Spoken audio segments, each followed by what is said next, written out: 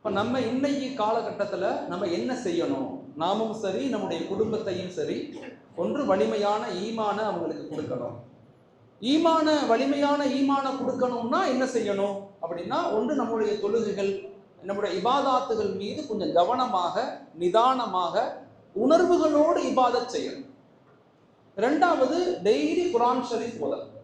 குறைஞ்சது ஒரு பக்கமாவது, இல்லை ஒரு அரை பக்கமாவது. இங்க வந்திருக்கிற யாராவது மக்கள், பெருமக்கள், குறிப்பாக வயதான மக்கள், உங்களுக்கு குரானை பார்த்து ஓத தெரியலன்னா தயவு செய்து மௌத்துக்கு முன்னாடி குரானை ஓத பழகிக் கொள்ளுங்க. குரான் என்பது நமக்கு கொடுக்கப்பட்ட முஅஜிஸா. நாங்கள் நபியை பார்க்கல, ரசூலை பார்க்கல, சஹாபாக்களை பார்க்கல, தாபீன்களை பார்க்கல, நம்ம யாரையுமே பார்க்கல. இங்க வந்திருக்கிற தாய்மார்களுக்கும் சொல்லிக் கொள்றேன், தயவு செய்து மௌத்துக்கு முன்னாடி இந்த குரானை கொண்டு போய் சேருங்க மக்கள்கிட்ட. குறிப்பாக நம்ம குரான் ஓத முயற்சி செய்யுங்க. குரானை ஓத தான் நம்ம வலுவாக மாறுவோம். அண்டர்ஸ்டாண்ட் பண்ணுங்க. குரானுங்கிறது ஒரு பாசிட்டிவ் எனர்ஜி. குரானுக்குன்னு சில கடமைகள் இருக்கு. பிலீவ் இட், அதை நம்பணும். ரீட் இட், அதை படிக்கணும்.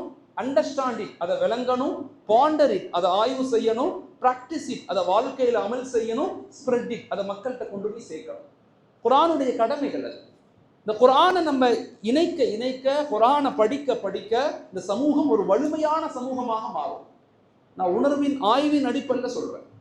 மூன்றாவது மிக முக்கியமான விஷயம் அல்லாஹ்ட்ட அதிகமாக துவா செய்ய பண்ணுங்க. அதிகமா துவா செய்யுங்க.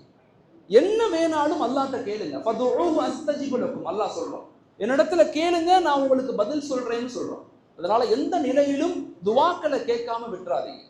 என்ன வேணுமானாலும் ஹலாலான முறையில் அல்லாஹ்ட்ட கேட்டுக்கிட்டே இருங்க. திரும்ப திரும்ப கேளுங்க. அவன் கொடுக்காம இருக்க போறதே இல்லை. என்ன கேட்டாலும் அவன் கொடுப்பான். ஆனா நீங்க கேட்டுக்கிட்டே இருக்கணும். நாலாவது, காலை மாலை திக்ருகள் செய்யுங்க. கொஞ்ச நேரம் தனிமையில உட்கார்ந்து அல்லாஹோட முனாஜாத் செய்யுங்க. சுப்ஹானல்லாஹ் சொல்லுங்க, அல்ஹம்துலில்லாஹ் சொல்லுங்க.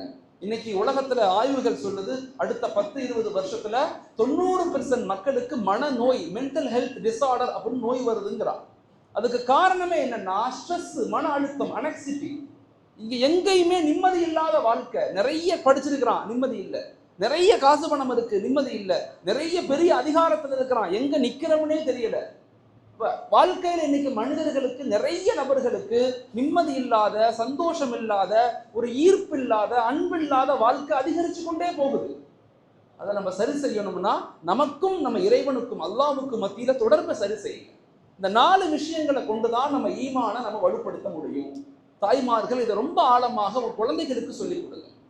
குழந்தைகள் தான், என்னதான் ஆண்கள் எவ்வளவு நேரம் பேசினாலும், ஒரு பெண்ணுடைய மடிதான் ஒரு குழந்தையினுடைய முதல் பள்ளிக்கூடம். ஒரு தாயினுடைய விழிப்புணர்வும், ஒரு தாயினுடைய ஈமானிய உணர்வும், ஒரு தாயினுடைய துவாவையும் தான் அல்லாஹ் முழுமையாக கபூல் செய்யறான். குழந்தைகளுக்கு அத்தாவை பத்தி உயர்வா சொல்லுங்க. அத்தாக்கள் அம்மாவை பத்தி உயர்வா சொல்லுங்க. இன்னைக்கு குழந்தை வளர்ப்பு என்பது நினைப்பதை விட மோசமாக போய்கொண்டிருக்கு. சுய சுதந்திரத்தை நோக்கி மனித சமுதாயம் ஈர்க்கப்படுது. அத்தாவுக்கு ஒரு போனு, அம்மாவுக்கு ஒரு போனு, பையனுக்கு ஒரு போனு. ஒரே பெட்ல 3 பேரும் படுத்திருப்பாங்க, தனித்தனியா படுத்திருப்பாங்க. எல்லா நிலையிலும் பலகீனப்பட்டு கொண்டே இருக்கிறோம். நம்ம தயவு செய்து கொஞ்சம் சுதாரிக்க முயற்சி செய்யுங்க. சுதாரிச்சு கொள்ளுங்க. வாழ்க்கையில கொஞ்சோன்னு ஒரு அட்டென்ஷன். நம்ம என்ன போய்கிட்டு இருக்கோம், வாழ்க்கையை கொஞ்சம் மாத்திக்கணும். வாழ்க்கையை கொஞ்சம் சேஞ்ச் பண்ணிக்கணும். நான் தப்பு செய்யறேன், நான் என்ன மாத்திக்கிறேன். உறுதி எடுங்க. இது போன்ற பயான்கள், இது போன்ற நிகழ்வுகளின் காரணம் என்னன்னா, குட்டி குட்டியான மனமாற்றங்கள் தான். சின்னதாக மனமாற்றங்கள். அண்ணனோட பேசாம இருக்கிறோம், இன்னிலிருந்து பேசுவோம்னு முடிவு செய்யுங்க. கணவன் மனைவிக்கு உள்ள ஒரு அன்பு பரஸ்பரம் இல்லை, பரஸ்பரத்தை உருவாக்க முயற்சி செய்யுங்க. நான் தொழுகாம இருக்கிறேன், இனிமே தொழுகணும்னு முயற்சி செய்யுங்க. லா தக்னது மின் ரஹ்மத்தில்லாஹ், ஒருபோதும் அல்லாஹ் மீது நிராசை அடையாதீங்க. உங்க ஈமான வலுப்படுத்திக் கொள்ளுங்க. ரெண்டாவது, ஒரு ஒழுக்கமான வாழ்வியலை சமூகத்துல கொண்டு வாங்க. இன்னைக்கு பாவங்களின் காரணமாகத்தான் நாங்க பலகீனப்பட்டுக்கிட்டே இருக்கிறோம். அல்லாமா அபுல் ஹசன் நதவி ரஹ்மத்துல்லாஹ் சொல்றாங்க, தன் கிதாபான அர் ரிஜால் அப்படின்னு ஒரு கிதாபுல சொல்றாங்க, இஸ்லாமிய சமூகத்தினுடைய வெற்றிக்கும் நம்முடைய எதிரிகளுடைய தோல்விக்கும் காரணம் என்ன தெரியுமா? எப்போது முஸ்லிம்கள் பாவங்கள் தவிர்த்து கொண்டு பாவங்கள் செய்யாம மாறுறாங்களோ அப்ப அல்லாஹ் அவர்களுக்கு வெற்றியை கொடுத்துக்கிட்டே இருப்பான். எப்ப எதிரிகள் பாவங்கள் செய்வார்களோ அப்ப அல்லாஹ் அவர்களுக்கு தோல்வியை கொடுப்பான். இதுதான் பிராக்டிக்கல் யதார்த்தம். இன்னைக்கு நம்ம நிறைய தவறு செய்யக்கூடியவங்களாக மாறிக்கொண்டே இருக்கிறோம். எல்லா நிலையிலும் பலகீனப்பட்டுக்கிட்டே இருக்கிறோம். தயவு செய்து ஒரு ஒழுக்கமான வாழ்வியலை கொண்டு வா. ஆரோக்கியத்தின் மீது கவனம் செலுத்துங்க. இன்னைக்கு சமூகத்துல 100 முஸ்லிம்கள்ல 36 முஸ்லிம்கள் நோயாளிகள்னு சொல்றான். ஆய்வு சொல்லுது 36 முஸ்லிம்கள். எந்த அளவுக்கு பலகீனப்பட்டுக்கிட்டு இருக்கிறோம். அப்ப ஆரோக்கியத்தின் மீது, ஒழுக்கத்தின் மீது, சுய கட்டுப்பாட்டின் மீது, அன்பின் மீது, மக்களை ஏற்றுக்கொள்வதன் மீது அதிகம் கவனம் செலுத்துங்க. இப்ப 2வது நம்முடைய மிக முக்கியமான ஒரு பகுதி அப்படிங்கிறது ஒழுக்கமான வாழ்வியல். அது ரொம்ப ரொம்ப இம்பார்ட்டன்ட். ஒழுக்கமான வாழ்வியலை, அறம் சார்ந்த வாழ்வியை கொண்டுதான் மாற்றங்களை ஏற்படுத்த முடியும். அறம் இல்ல, அன்பு இல்ல, விட்டு கொடுத்தல் இல்ல, மன்னித்தல் இல்ல, பாசம் இல்ல அப்படின்னா நிச்சயமாக இந்த வாழ்க்கை நரக வாழ்க்கையை தான் மாறும். சமூகம் ஒருபோதும் வெற்றி பெறாது. அதனால ஒழுக்கம் சார்ந்த அகலாக்குள்ள வாழ்க்கை ரொம்ப முக்கியம். அதை உங்களுக்கும் ஏற்படுத்துங்க. மாணவ சமுதாயம், நம்முடைய குழந்தைகள், நம்முடைய பெண்கள் எல்லாத்துக்கும் அதை கொண்டு போக முயற்சி செய்யும். 3வது மிக முக்கியமான ஒரு பகுதி, இன்னைக்கு நம்ம செய்ய வேண்டிய 3வது மிக முக்கியமான ஒரு பகுதி அப்படிங்கிறது வலுவான கல்வியை சமூகத்துல கொடுங்க. வலுவான கல்வி, ஆளுமையான கல்வியை சமூகத்துல கொண்டு போங்க. கல்வியை கொண்டுதான் நம்முடைய உரிமைகளையும் சுதந்திரங்களையும் அடைய முடியும். கல்வி நம்மள்கிட்ட இல்லை அப்படின்னா நம்முடைய உரிமைகளும் சுதந்திரம் நம்மள்ட்ட இருந்து பறிக்கப்பட்டுரும். என்னதான் போராடி, என்னதான் புரட்சி பண்ணி, என்னதான் குடி முடிச்சாலும் அதிகாரத்துக்கு நம்ம வராம சமூகத்துல மாற்றங்களை ஏற்படுத்தவே முடியாது. சமூகத்துல அதிகாரங்களுக்கு எப்படி வர்றது? சமூக கட்டமைப்பை நம்ம எப்படி ஏற்படுத்தணும்? சமூகத்தை ஒரு வலிமையான நிலைக்கு கொண்டு வரணும்னா அதிகாரத்துக்கு நம்முடைய குழந்தைகளை கொண்டு போய் சேர்க்கணும். அதுக்கு நம்ம என்னெல்லாம் செய்யணும், அதுக்கு நம்ம என்னெல்லாம் பண்ண போறோம், அதை ரொம்ப ஆழமாக நம்ம விளங்க ஆரம்பிக்கணும். 3வது ஒரு ஆளுமையான கல்வியை சமூகத்துல கொண்டு போகணும். அதுலேயும் மிக குறிப்பாக பெண்களை வலிமையான கல்வி உள்ளவர்களாக மாற்றணும். கண்டத பெண்களை படிக்க வைக்காதீங்க. பிடெக் படிக்கிறது, பிஇ படிக்கிறது, ட்ரிபிள்இ படிக்கிறது, இசி இதெல்லாம் படிக்கலாம். ஆனா இதை விட மிகச்சிறந்தது என்னன்னா, இன்னைக்கு சமூகத்துக்கு தேவையான ஆளுமைகள் தேவை. நல்ல டாக்டர்ஸ் தேவை. பெண்கள் டாக்டர்ஸ் இன்னைக்கு சமூகத்துக்கு தேவை. நல்ல டீச்சர்ஸ் தேவை. One teacher equal to 1000 students. ஒரு ஆசிரியர் 1000 மாணவர்களுக்கு சமமானவங்க. சமூகத்தில் ஒவ்வொரு மஹல்லாக்களும் இத்தனை டீச்சர்ஸை நாங்கள் உருவாக்கணும், திட்டமிடுங்க. இத்தனை டாக்டர்ஸை உருவாக்குவோம், திட்டமிடுங்க. இத்தனை உலமாக்களை, ஹாஃபிஸாக்களை உருவாக்குவோம், திட்டமிடுங்க. ஒவ்வொரு மஹல்லாக்களும் கணக்கெடுத்து, நம்முடைய மஹல்லா கணக்கெடுத்து சமூகத்தின் நிலைகளை கண்டறிஞ்சு எத்தனை பேர்த்தை எப்படி எப்படி உருவாக்குவோம் யோசிச்சு பாருங்க. ஒரு சமூக எழுச்சி அப்படித்தான் உண்டாக்க முடியும். ஒரு சமூக மாற்றம் அப்படித்தான் உண்டாக்க முடியும். கல்வியை கொண்டு, அதிகாரத்தை கொண்டு நம்முடைய உரிமைகளையும் சுதந்திரங்களையும் அடைய முடியும். வெறுமன ரியாக்ஷன் பண்ணி எந்த புண்ணியமும் இல்லை. நடக்கிறது நடந்துகிட்டே தான் இருக்கும். நம்ம எப்படி இருக்கோம்னா, ஒன்று நடக்கும், ரியாக்ஷன் பண்ணுவோம். வேற ஒன்று வந்தோன்னா அதை மறந்துடுவோம், அதை பற்றி பேசுவோம். டிமானிசேஷன் வந்துச்சு, எல்லாரும் பேசுவோம். ட்ரிபிள் தலாக் வந்தோன்னா மறந்துட்டோம். ட்ரிபிள் தலாக்கை பற்றி பேசிக்கிட்டே இருப்போம். என்ஐஏ கொண்டு வந்துட்டாங்க, அதை பற்றி பேசுவோம். என்ஐஏ பற்றி பேசிக்கிட்டே இருக்கும்போது பாபர் மசூதி வந்துடும், பாபர் மசூதி பேசிக்கிட்டே இருப்போம். அதுக்கப்புறம் திடீர்னு பேசிட்டு இருக்கும்போது பார்த்தா இப்போ வக்ஃபு வந்துருச்சு, வக்ஃபை பற்றி எல்லாம் பேசிக்கிட்டே இருப்போம். வக்ஃபு முடியுதா முடியலையா, புரிஞ்சுதா புரிய தெரியாது. அடுத்து வேற ஒன்று வந்தோன்னே வக்ஃபை விட்டு அதுக்கு போயிடுவோம். வாழ்க்கை முழுக்க நம்ம ரியாக்ஷன் பண்ணுறோம். நம்மள்ட்ட இருந்து அவங்க அதான் எதிர்பார்க்குறாங்க. ப்ரோஆக்ஷன் என்ன பண்ண போகிறோம்? எதிர்வினை ஆற்றுவதை விட மறுவினை ஆற்றக்கூடிய சமூகமாக மாறணும். நம்ம மஹல்லாவிலேருந்து அடுத்த 10 வருஷத்துல எத்தனை டாக்டர்ஸை உருவாக்க போகிறோம், எத்தனை கலெக்டர்ஸை உருவாக்க போகிறோம், எத்தனை ஜட்ஜஸை உருவாக்க போகிறோம், எத்தனை ஆலிம்கள், ஹாஃபிஸாக்களை, முஃப்திகளை உருவாக்க போகிறோம் அப்படிங்கிற ஒரு திட்டம் நம்மள்ட்ட இருக்கானா? இல்லை. தனித்தனியாக கூப்பிட்டா வருத்தப்படுவோம்.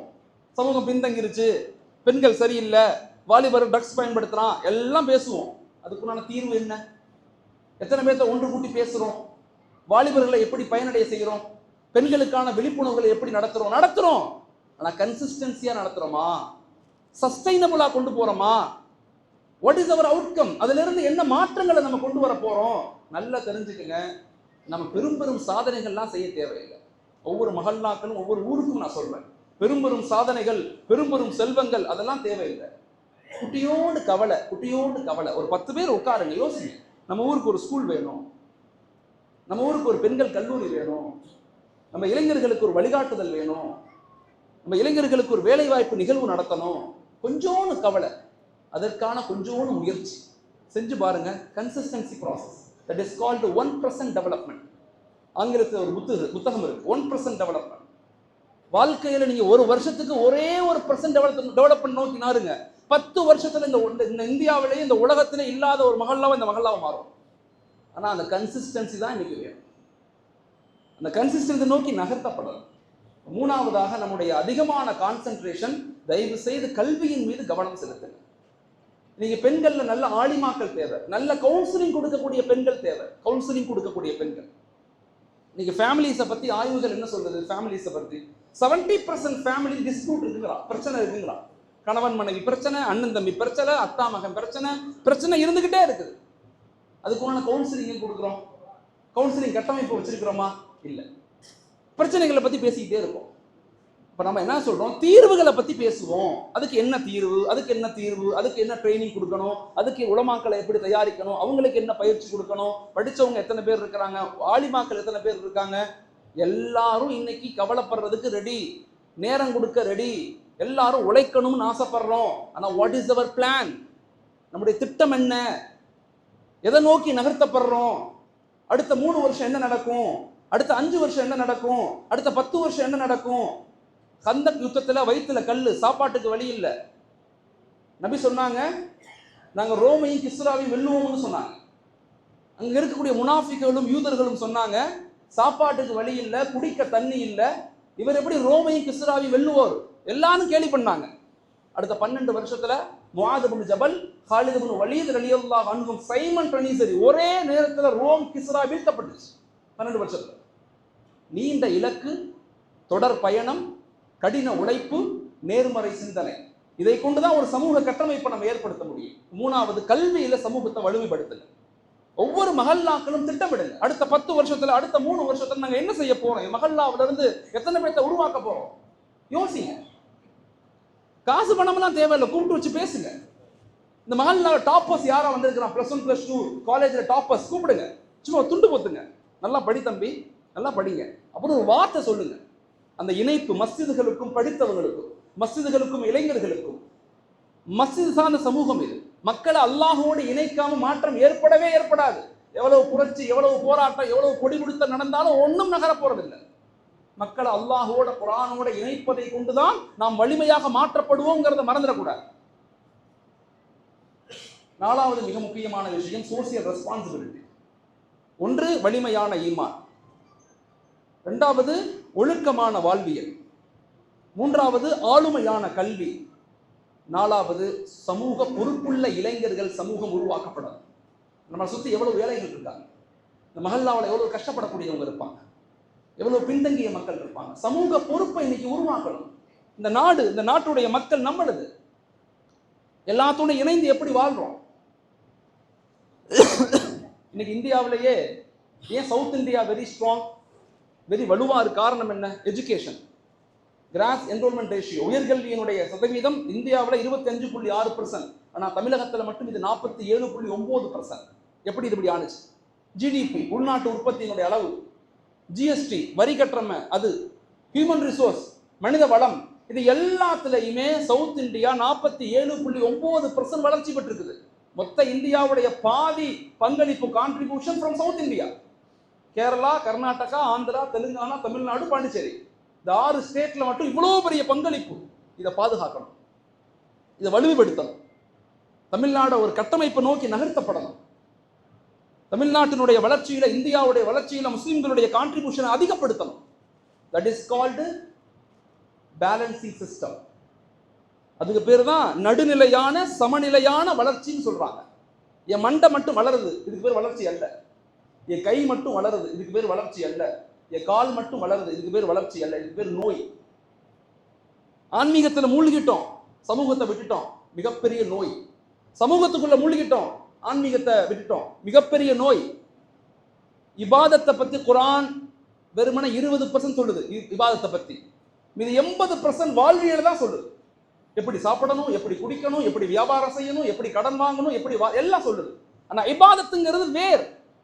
மாத்தி புரிஞ்சுக்கிறோம். இதை விட்டா அதை எடுத்துக்கிறோம், அதை விட்டா இதை எடுத்துக்கிறோம். இல்லை, அப்படி கிடையாது. ஒரு விருட்சம், ஒரு மரம் வளரணும்னா 4மே தேவை. நபி ஸல்லல்லாஹு அலைஹி வஸல்லம் மதீனாவுல வந்து அதை உருவாக்குனாங்க. சஹாபாக்களை, மக்களை அல்லாஹ்வோடு இணைச்சாங்க. சமூக கட்டமைப்பை உருவாக்குனாங்க. முஹாஜிரின் அன்சாரை இணைச்சு பொருளாதார கட்டமைப்பை உருவாக்குனாங்க. தலபுல் இல்மு ஃபரீலத்துன் அலா குல்லி முஸ்லிம், கல்வி என்பது கட்டாய கடமைன்னு உலகத்துல மிகப்பெரிய புரட்சியான கருத்தை வெளிப்படுத்தினாங்க. இந்த 4ஐயும் கொண்டுதான் ஒரு சமூக கட்டமைப்பு. அதை நம்ம மஹல்லாவில், நம்ம ஊரில், நம்ம மாவட்டத்தில், நம்ம நாட்டில், இந்த உலகத்தில் கொண்டு போய் சேர்க்க வேண்டிய பொறுப்பு நமக்கு இருக்குது. அதனால தான் நமக்கு பேர் குன்தும் ஹைர உம்மா, சிறந்த உம்மத்து நமக்கு பேர் சொல்லப்படுது. இதெல்லாம் இம்ப்ளிமெண்ட் பண்ணணும்னா 4 குவாலிஃபிகேஷன் நமக்கு வேணும். இந்த 4ஐயுமே செயல்படுத்தணும் அப்படின்னா குவாலிஃபிகேஷன் வேணும். சும்மாலாம் அதை செயல்படுத்த முடியாது.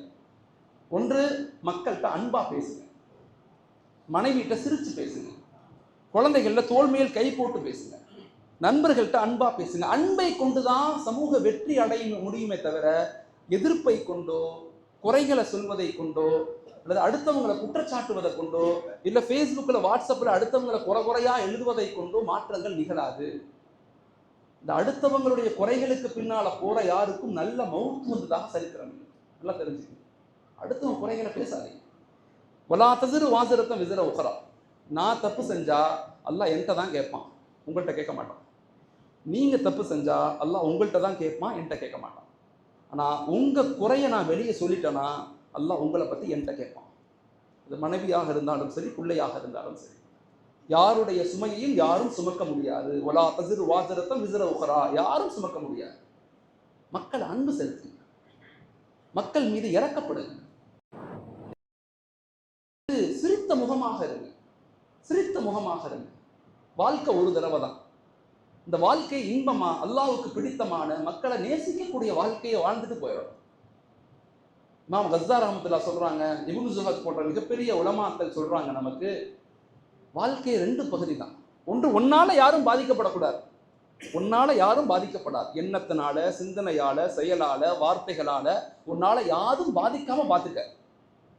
அதே மாதிரி உன்னால உலகத்தினுடைய மற்ற படைப்புகளும் பாதிக்காம பார்த்துக்க. நடந்து போய்கிட்டே இருக்கிற ஒரு மரத்தை வேகமா அடிச்சு அந்த இலையை பிச்சு கீழே போடுற தப்பு செய்யக்கூடாது. அந்த இலை உனக்கு தேவையா பிரிச்சு பயன்படுத்திக்க, ஆனா அதை வேஸ்ட் பண்ணாது. குளிக்கும் போது 4 வாளி தண்ணியில குளிக்காதீங்க, 2 வாளி தண்ணியில குளி. வேஸ்ட் பண்ணாதீங்க, எதையும் வேஸ்ட் பண்ணாதீங்க. எல்லாமே அல்லாஹ்வை புகழ்ந்து கொண்டு இருக்கு, வேஸ்ட் பண்ணாதீங்க. ரொம்ப ஆழமான கருத்து. அல்லாம ரூமி ரஹ்மத்துல்லாஹி சொல்றாங்க, இது மிக ஆழமான கருத்து. அதனால மக்கள் மீது அன்பு செலுத்துங்க. ஒரு சஹாபி கேட்டாங்க, யா ரசூலல்லாஹ், நான் உங்க கூட சொர்க்கத்தில் இருக்கணும், என்ன செய்யணும்னு கேட்டாங்க. நான் உங்க கூட சொர்க்கத்தில் இருக்கணும், என்ன செய்யணும்? நபி சொன்னாங்க, மக்கள்கிட்ட சிரிச்சு பேசுங்கிறாங்க.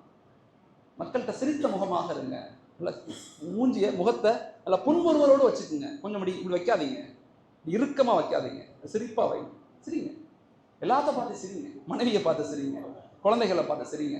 சிரிச்சு பாருங்களே, அது ஒரு இன்பமான வாழ்க்கை. மக்கள் மீது அன்பு செலுத்துங்க.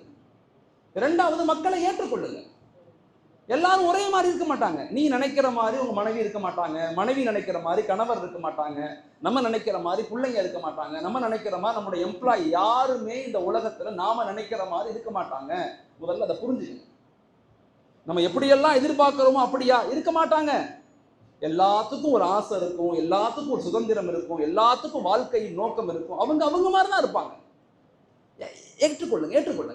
கணவர்கிட்ட 99 குறை இருக்குது, ஒரே ஒரு நலவு இருக்குதா, அந்த ஒரு நலவுக்காக கணவனோடு சேர்ந்து வாழுங்க.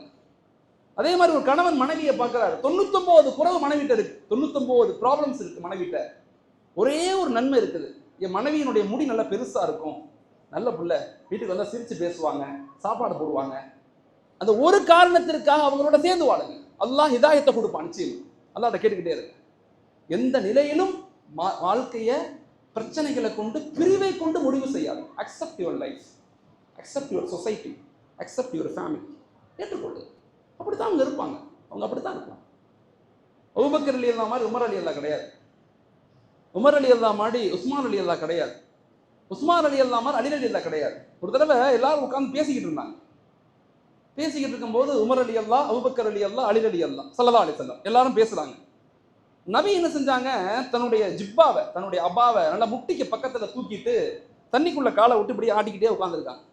பேசிக்கிட்டே விளையாண்டுட்டு இருக்காங்க தண்ணிக்குள்ள காலை விட்டு. நபியினுடைய விஷயம் திடீர்னு முடி அப்படி எடுத்து முன்னாடி முடி பெரிய பங்கு வச்சிருப்பாங்க ஸல்லல்லாஹு அலைஹி வஸல்லம். தோல் வரையும் முடி இருக்கும். அந்த முடியை முன்னாடி முடி எடுத்து சுற்றிட்டு விளையாண்டே இருப்பாங்க. விளையாடு இப்படி சுற்றுவாங்க. ஆயிஷா அதை அறிவிக்கிறாங்க, ரசூல் இப்படி சுற்றிக்கிட்டே இருப்பாங்க, நாங்கள் பார்த்துருக்குறோம்னு சொல்லுவாங்க. தண்ணிக்குள்ள காலை விட்டு இப்படி ஆட்டிக்கிட்டு இருக்காங்க. அங்கிருந்து உஸ்மான் ரலியல்லாஹு வர்றாரு, நண்பர் வர்றாரு.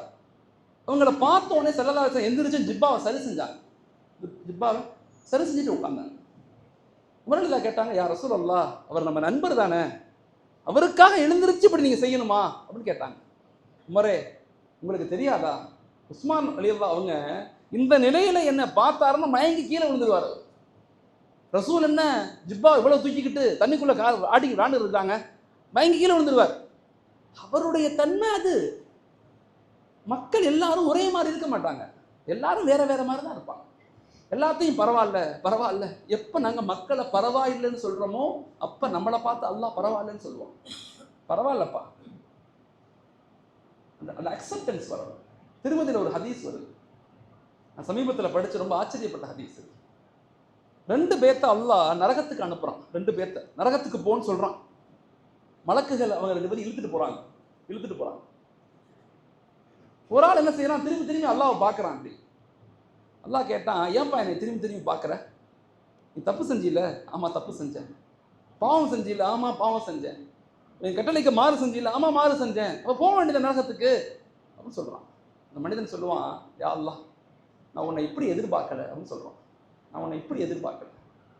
அல்லாஹ் கேட்குறான், இன்னும் நீ எப்படி எதிர்பார்த்த அப்படின்னு கேட்குறான். நீ என்னை மன்னிச்சிருவேன்னு நினைச்சேன்னு சொல்றான் மனிதன். அல்லாஹ் கேட்குறான், அப்படியா நான் நினைச்சேன்? ஆமா அப்படித்தான் நினைச்சேன், நான் உன்னை மன்னிச்சுட்டேன், போ, நீ நினைச்ச மாதிரியே வச்சுட்டேன், நான் உன்னை மன்னிச்சேன். அல்லாஹ் ரொம்ப இரக்கசாலி. உலகத்திலேயே ஈஸியா ஒன்று கிடைக்குதுன்னா அது அல்லாஹ் மட்டும்தான். உலகத்தில் யாரையுமே நம்ம திருப்திப்படுத்த முடியாது, நல்லா தெரிஞ்சுக்கங்க. ஒரு மனைவி கணவரை திருப்திப்படுத்தவே முடியாது, ஒரு கணவன் மனைவியை திருப்திப்படுத்தவும் முடியாது. கணவர் நல்ல அது இது நிறைய வாங்கி கொடுப்பார், என் கணவர் மூலம் வருமானு மனைவி சொல்லுவாங்க. திடீர்னு ஒரு நாள் சொல்லுவாங்க, உன்னை கட்டி எந்த புண்ணியமும் இல்லை, உன்னோட வாழ்ந்து என்ன சுகத்தை கண்டேன் அப்படின்னு நான் சொல்லுவாங்க. அதே மாதிரி கணவரும் அப்படித்தான். அந்த அம்மா கஷ்டப்பட்டு சமைச்சு கொடுக்கும், நல்லா சாப்பிடுவார். என்னைக்காவது ஒரு நாள் ஏதாவது ஒன்று பண்ணியிருக்கோம், கஷ்டமான வார்த்தையை தேடி பிடிச்சி அந்த அம்மாவை அழுகிற மாதிரி பேசுவார். திருப்திப்படுத்த முடியாது. உலகத்தில் யாரையும் திருப்திப்படுத்த முடியாது. திருப்திப்படுத்த முயற்சிக்காதீங்க. உலகத்தில் இலகுவா திருப்தி ஆகிறது அல்லாஹ் மட்டும்தான். ஒரு மனிதன் 10 வருஷம் தவறு செய்யறான், 15 வருஷம் தவறு செய்யறான், 50 வருஷம் தவறு செய்யறான். 51வது வருஷம் ஒரு மனிதன், யா அல்லாஹ் என்னை மன்னிச்சிருன்னா, அல்லாஹ் உடனே யா அப்த் உனக்கு என்ன வேணும்னு கேளு, நான் மன்னிக்கிறேங்கிறான். அல்லாஹ் அவ்வளவு இரக்கசாலி. 3வது, மக்களை மன்னிச்சிருங்க. யாரையும் தண்டிக்க ஆசைப்படாதீங்க, எல்லாத்தையும் மன்னிச்சிருங்க. ஒரு நபர் சமீபத்தில் ஹஜ்ஜுக்கு போறவர் வந்தார் என்கிட்ட. ஹஜ்ஜுக்கு போறேன், துவா செய்யுங்கன்னு சொன்னார் என்கிட்ட. நல்லா போயிட்டு வாங்க ஹஜ்ஜியாருன்னு சொன்னேன். திடீர்னு நான் கேட்டேன், எல்லாத்தையும் சொல்லிட்டீங்களான்னு கேட்டேன். சொல்லிட்டேன் மோனா, எல்லாத்தையும் சொல்லிட்டேன்னு சொன்னார். நல்லா யோசிச்சு பாருங்க ஹஜ்ஜியா, தங்கச்சிட்ட சொல்லலை. ஏன் ஹஜ்ஜியா சொல்லலைன்னு கேட்டேன். சண்டை மோனா, 16 வருஷம் சண்டை எனக்கும் என் தங்கச்சி குடும்பத்துக்கும், பேச மாட்டோம். நான் சொன்னேன், பாவம் ஹஜ்ஜியா சொல்லுங்க. இரத்த சொந்தத்தில் பெண் இரத்த சொந்தம் மிக முக்கியமான ஒரு பகுதி. இரத்த சொந்தத்தில் பெண் இரத்த சொந்தம், அக்கா, தங்கச்சியுடைய பிள்ளைங்க, பெண்கள், அவங்களோட கொஞ்சம் உறவுகளை நல்லா பேணி வாழ்ந்துக்கங்க. அவங்கள கைவிட்டுறாதீங்க. பெருசாலாம் ஒன்றும் கொடுக்க வேணாம். அப்பப்போ சும்மா வந்தீங்க, சின்ன ஒரு சாக்லேட் வாங்கிட்டு போங்க, ஒரு பென்சில் வாங்கிட்டு போங்க. வீட்டுக்காரு லட்சமாக பணம் கொடுத்து வாங்கி கொடுப்பார். அண்ணன் ஒரே ஒரு பென்சில் தான் வீட்டுக்கு வாங்கிட்டு போவார். அந்த புள்ள பென்சிலை பார்த்து அப்படியே காணும், என் அண்ணன் பென்சில் வாங்கிட்டு வந்துட்டார் என் பிள்ளைக்காக. அது ரத்த சொந்தம், அப்படித்தான் இருக்கும். அது சொன்னோடனே அவர், இல்லை மோனா சண்டை பெருசாயிரும். நான் சொன்னேன், இல்லை ஹாஜியார் போயிட்டு வாங்க. அடுத்த நாள் வந்தார். அடுத்த நாள் சின்ன பிள்ளை மாதிரி கட்டி பிடிச்சி அழுதார். என்கிட்ட ஒரு 65 வயசு இருக்கும் அவர், அழுதார். நான் கேட்டேன், ஏன் ஹாஜியார் அழுகுறீங்க, என்ன? இல்லை மோனா, நீங்கள் சொன்ன மாதிரியே என் தங்கச்சி வீட்டுக்கு போனேன், நான் சண்டை வந்துடுமோ திட்டிடுவாங்களோ நினச்சிக்கிட்டே போனேன். கதவை தட்டினேன், என் தங்கச்சி கதவை திறந்து என்னை கட்டி பிடிச்சி ஓன்னு அழுதுட்டாமா. அழுகுது என் தங்கச்சி கட்டி பிடிச்சி. தங்கச்சி சொன்னிச்சு, அண்ணே நீ என்னைக்கு ஹஜ்ஜுக்கு போறீங்கன்னு கேள்விப்பட்டனோ அன்னையிலிருந்து இன்ன வரையும் தஹஜ்ஜத்தில் நான் துவா செய்கிறேன். யா அல்லாஹ் எங்கள் அண்ணனை என் வீட்டுக்கு அனுப்பிடு, அல்லாஹ் என் துவாவை கபூல் செஞ்சுட்டான். அதுக்கு தான் நான் அழுகிறேன். அல்லாஹ் என் துவாவை கபூல் செஞ்சுட்டான். வாழ்க்கை எல்லாத்தையும் மன்னிச்சு பழகுங்க, யாரையும் தண்டிக்காதீங்க. மனைவியை மன்னிச்சிருங்க, பிள்ளைங்களை மன்னிங்க, அண்ணனை மன்னிங்க, தம்பியை மன்னிங்க. என்னத்தை கொண்டு போக போகிறோம்? வாழ்க்கை ஏதாவது கொண்டு போக போகிறோமா? எதையாவது எடுத்துகிட்டு போக முடியுமா நம்மளால? ஒன்றுமே முடியாது. வாழ்க்கை வெரி ஷார்ட். முன்னாடியெல்லாம் மவுத்து ரொம்ப இங்கே மவுத்துன்னு கேட்போம். இன்னைக்கு அப்படி இல்லை. நேற்று நைட்டு பேசுகிறோம், இன்னைக்கு காலைல இல்லை. இன்னைக்கு காலைல பேசுகிறோம், நாளைக்கு இல்லை. அவ்வளவு நெருங்கிருச்சு, மவுத்து அதிகமாகிடுச்சு. மௌத்து ரொம்ப ரொம்ப அதிகம், இளம் மௌத்துகள் ரொம்ப அதிகமாயிருச்சு. கண்ணு முன்னாடி மௌத்தா போறாங்க. அதனால தயவு செய்து எல்லாத்தையும் மன்னிச்சிருங்க. அல்லாஹ் நம்மை மன்னிப்பதை போல மக்களை மன்னிங்க. அல்லாஹ் நம் மீது அன்பு செலுத்துவதை போல மக்களை அன்பு செலுத்துங்க. 4வது, எல்லா நிலையிலும் உம்மத்துக்காக துவா செய்யுங்க. ஒரு சுயநலமான வாழ்க்கையை நம்ம வாழக்கூடாது. இன்னைக்கு காலகட்டத்தில் கொஞ்சோன்னு சமூகத்தை பற்றி கவலைப்படுங்க, உறவுகளை பற்றி கவலைப்படுங்க, பக்கத்து வீட்டுக்காரங்களை பற்றி கவலைப்படுங்க. ஹஜ்ரத் அபூபக்கர் ரலியல்லாஹு டெய்லி சுபஹ் தொழுதுட்டு வேக வேகமாக வெளியே போவாங்களாம். வெளியே உமர் ரலியல்லாஹு பார்த்துக்கிட்டே இருந்திருக்காங்க. எங்கே போறாரு அவர்? டெய்லி போறாரு. பின்னாடியே பார்த்தாங்க. போய் ஒரு பாலைவனத்தில் ஒரு குடிசை, அந்த குடிசைக்குள்ள அபூபக்கர் ரலியல்லாஹு போறாங்க. உமர் ரலியல்லாஹு எட்டி பார்த்தாங்க, என்ன பண்றாரு. உள்ள போனா ஒரு வயதான பாட்டி, சாப்பாட்டுக்கு வழி இல்லை, இந்த அம்மா கண்ணு தெரியல, நடக்க முடியல, இந்த அம்மா உட்கார்ந்துருக்கு. இப்படி அபூபக்கர் ரலியல்லாஹு போறாங்க. அமீர் அவங்க, அந்த நாட்டினுடைய ஜனாதிபதி. வீட்டை ஃபுல்லா சுத்தம் செய்யறாங்க, சமைக்கிறாங்க, சாப்பாடு செஞ்சு அந்த அம்மா பக்கத்தில் வைக்கிறாங்க. அந்த அம்மா சாப்பிடுது.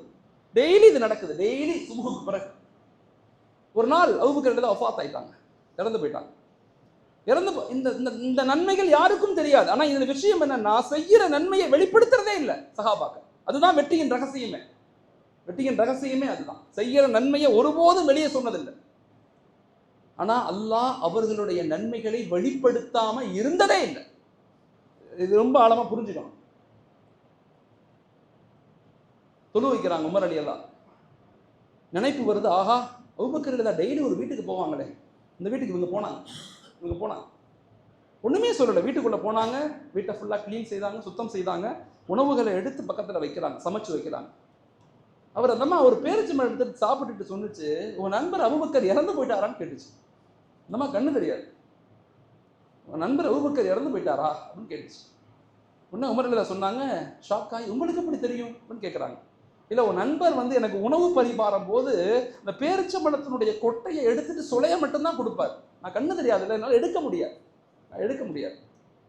ஆனால் நீ கொடுக்கும்போது கொட்டையோட சுளையோட கொடுக்குற, விதையோட என்னால் மெல்ல முடியலை, கஷ்டமா இருக்கு. அப்போ நினச்சிக்கிட்டே நீ அவர் அல்லன்னு சொல்லி உமர் ரலியல்லாஹு அழுதாங்க. அழுது சொன்னாங்க, என் நண்பரை போல ஒரு வாழ்க்கையை யாரும் வாழ முடியாது. ஏழைகள் மீது கவனம் செலுத்துங்க, உங்க உறவுகள் மீது கவனம் செலுத்துங்க. எல்லாத்துக்காகவும் சுயநலம் இல்லாம பொதுநல சிந்தனையோடு வாழ ஆரம்பிங்க. அல்லாஹ் இந்த உம்மத்தை பாதுகாக்கணும். உங்களுக்காக நான் துவா செய்கிறேன், எனக்காக நீங்க துவா செய்யுங்க. நம்ம எல்லாரும் இந்த இப்ப எப்படி சந்திக்கிறோமோ, நபியினுடைய ஒரு வார்த்தை அடிக்கடி சொல்லுவாங்க, ஹாக்கதா நஹ்யா வஹாக்கதா நமூத்து வஹாக்கதா நதுகுலுல் ஜன்னான்னு சொல்லுவாங்க. சஹாபாக்கள்கிட்ட எப்பயுமே அடிக்கடி சொல்லுவாங்க, இந்த உலகத்துல இப்ப எப்படி சேர்ந்து இருக்கோமோ அதே மாதிரி சேர்ந்தே இருப்போம். இப்ப எப்படி சேர்ந்து இருக்கோமோ அதே மாதிரி நம்ம எல்லாரும் ஒரு நாளைக்கு மௌத்தா போவோம்.